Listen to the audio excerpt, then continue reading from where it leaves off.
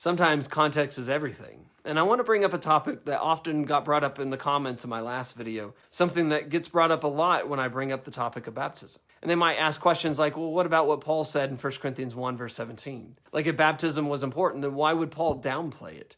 Or baptism saves us, then why would God not send Paul to baptize? And here's what they're talking about. In 1 Corinthians 1, verse 17, Paul wrote, "For Christ did not send me to baptize, but to preach the gospel."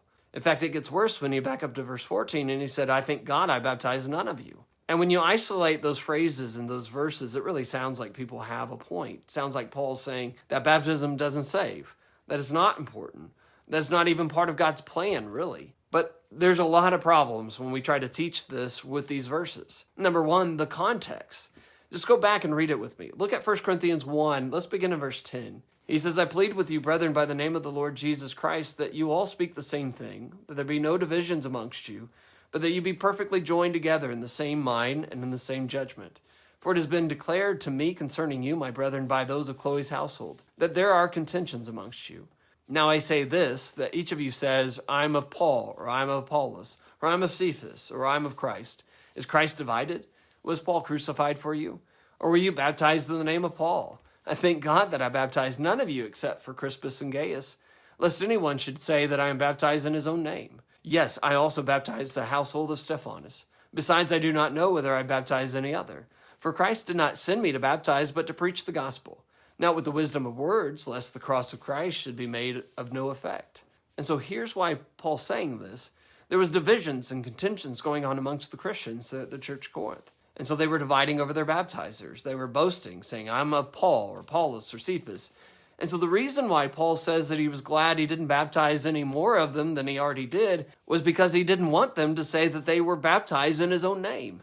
He wanted them to claim Christ, to say that they were baptized in the name of Christ, not Paul. And so, secondly, we also have to understand that Paul is writing to baptized believers. Look at these verses again. He didn't say that they shouldn't be baptized or they were not baptized. In fact, he said that he baptized some of them, and he's glad he didn't baptize any more of them, with the exception of a few, like Crispus and Gaius and the household of Stephanas. Someone else had done the baptizing. The Bible teaches that the baptizer doesn't really matter. What really matters is being baptized into Christ. And so Paul's commission was to preach. He had other companions that would baptize the people who believed. Remember back in Acts chapter 9, verse 15, the Lord told Ananias when Saul was being converted that he would be a chosen vessel of the Lord's to bear his name to the Gentiles. His mission was to bring his name to the Gentiles. It was to preach the word. But these he's writing to were baptized believers. In fact, in Acts chapter 18, verse 8, it says, "Then Crispus, the ruler of the synagogue, believed on the Lord with all of his household, and many of the Corinthians hearing believed and were baptized." Remember, Paul baptized Crispus, but as other people believed the gospel, apparently Paul's companions, maybe people like Silas and Timothy, who had just gotten back from Macedonia, checking on the Christians there, would baptize them. But Paul's commission was to preach Jesus as King, which is exactly what he did there in Corinth in verse 5. He was to preach the gospel, the death, burial, and resurrection of Jesus Christ. That was his role, and that's what God sent him to do. And as people responded by obeying the gospel, as 2 Thessalonians 1 verse 8 says we must do, and have been united with Christ in death, burial, and resurrection in their own lives, they were baptized. And probably it was his companions that likely were the ones who did that. And so we also have to understand that the same goes for all the other letters that Paul wrote, because an additional question that I often get is, why then did Paul not emphasize the fact that baptism saves in his other letters? And the simple answer is he did. He does.